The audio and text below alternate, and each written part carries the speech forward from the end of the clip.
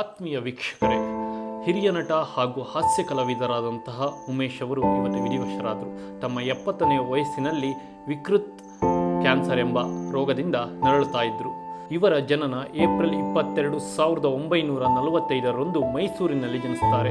ತಂದೆ ಶ್ರೀಕಂಠಯ್ಯ, ತಾಯಿ ನಂಜಮ್ಮ. ಇವರ ಪೂರ್ಣ ಹೆಸರು ಮೈಸೂರು ಶ್ರೀಕಂಠಯ್ಯ ಉಮೇಶ್. ಕನ್ನಡ ಚಿತ್ರರಂಗದ ಪ್ರಮುಖ ನಟರಾದಂತಹ ಡಾಕ್ಟರ್ ರಾಜ್ಕುಮಾರ್, ಡಾಕ್ಟರ್ ವಿಷ್ಣುವರ್ಧನ್, ಅನಂತ್ ನಾಗ್, ಶಂಕರ್ ನಾಗ್ ಹಾಗೂ ದರ್ಶನ್ ಹಾಗೂ ಪುನೀತ್ ರಾಜ್ಕುಮಾರ್ ಅಂತಹ ದಿಗ್ಗಜ ನಟರ ಜೊತೆಗೂ ಇವರು ನಟಿಸಿದ್ದಾರೆ.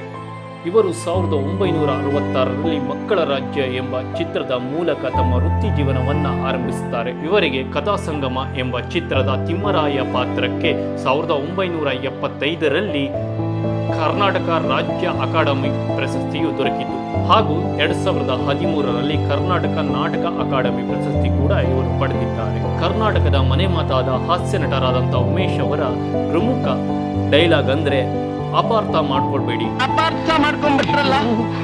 ಇವರು 5 ಶತಮಾನಕ್ಕಿಂತ ಹೆಚ್ಚು ಕನ್ನಡ ಚಿತ್ರದಲ್ಲಿ ಸೇವೆಯನ್ನು ಸಲ್ಲಿಸಿದ್ದಾರೆ ಹಾಗೂ ಇವರು 350ಕ್ಕಿಂತ ಹೆಚ್ಚು ಚಿತ್ರದಲ್ಲಿ ನಟಿಸಿದ್ದಾರೆ.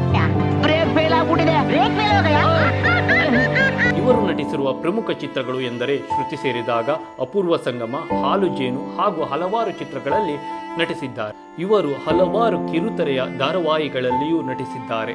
ಇವರು ತಮ್ಮ 20 ವರ್ಷದ ಮಗನಾದಂತಹ ಚಂದ್ರಶೇಖರ್ ಅವರನ್ನು ರೈಲ್ವೆ ಅಪಘಾತದಲ್ಲಿ ಕಳೆದುಕೊಳ್ಳುತ್ತಾರೆ. ಇದು ಅವರ ಜೀವನದ ಅತಿ ದೊಡ್ಡ ದುಃಖಕರವಾದಂತಹ ಸಂಗತಿ ಆಗ್ತದೆ.